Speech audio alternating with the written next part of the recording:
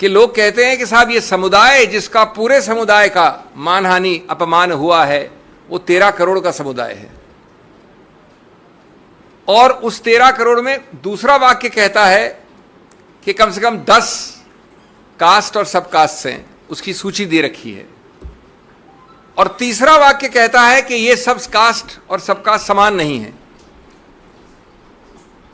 लेकिन चौथे वाक्य में कहते हैं कि जब माननीय राहुल गांधी ने ये वाक्य बोला तो ये पूरा 13 करोड़ का समुदाय, उसका कोई भी व्यक्ति उठकर ऐसी याचिका डाल सकता है। ये पहला, और ये उस कानून, उस सिद्धांत के विरुद्ध है दोस्तों, जिसमें लिखा गया है बार बार, एक केस का नाम है सुब्रमण्यम स्वामी, दूसरे केस का नाम है नरसिम्हन, कि आप ऐसी मानहानि की याचिका सिर्फ एक identified, frozen, limited, circumscribed class, एक ऐसा वर्ग जिसको आप परिभाषित कर सकें, उसके विरुद्ध वही वर्ग उठ सकता है।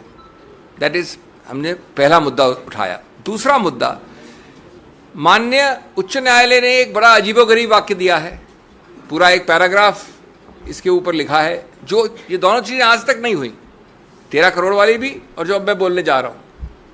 कहा है कि भाई ये मॉरल टर्पिट्यूड भी है, अत्यंत गंभीर है, अत्यंत भर्त्सना योग्य ऑफेंस है।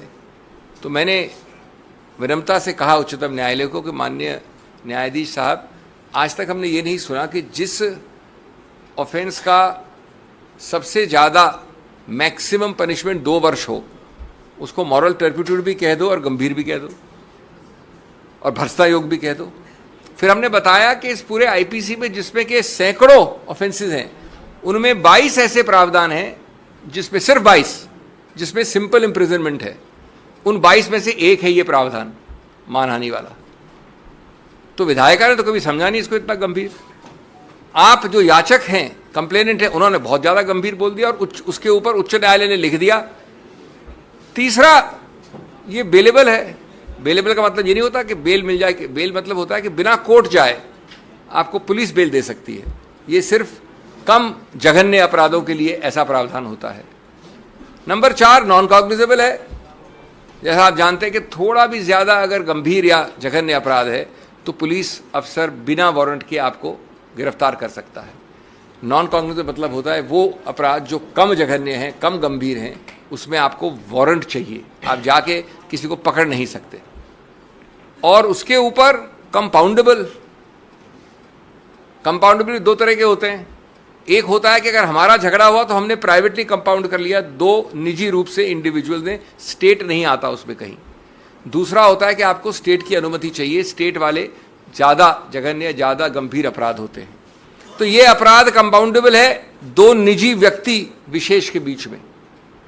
तो हमने पूछा कि आज तक कभी नहीं हुआ कि आपने जघन्य भी बोल दिया, भर्त्सना योग्य भी बोल दिया और गंभीर भी बोल दिया, एक ऐसी चीज़ के बारे में जो वेलेबल है, नॉन कॉग्निजेबल है, कंपाउंडेबल है, 2 वर्ष का है, सिंपल इम्प्रिजनमेंट है।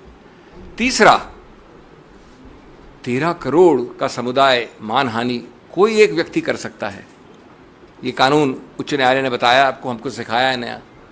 कोई अमुक व्यक्ति, केरला से कश्मीर, असम से गुजरात, लेकिन साथ साथ ये पूछा आपने, हमारी चार्ट में 13 ऐसे केसेस हैं।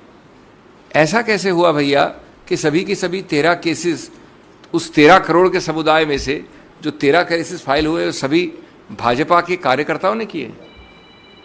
ये अजीब सा सबूत।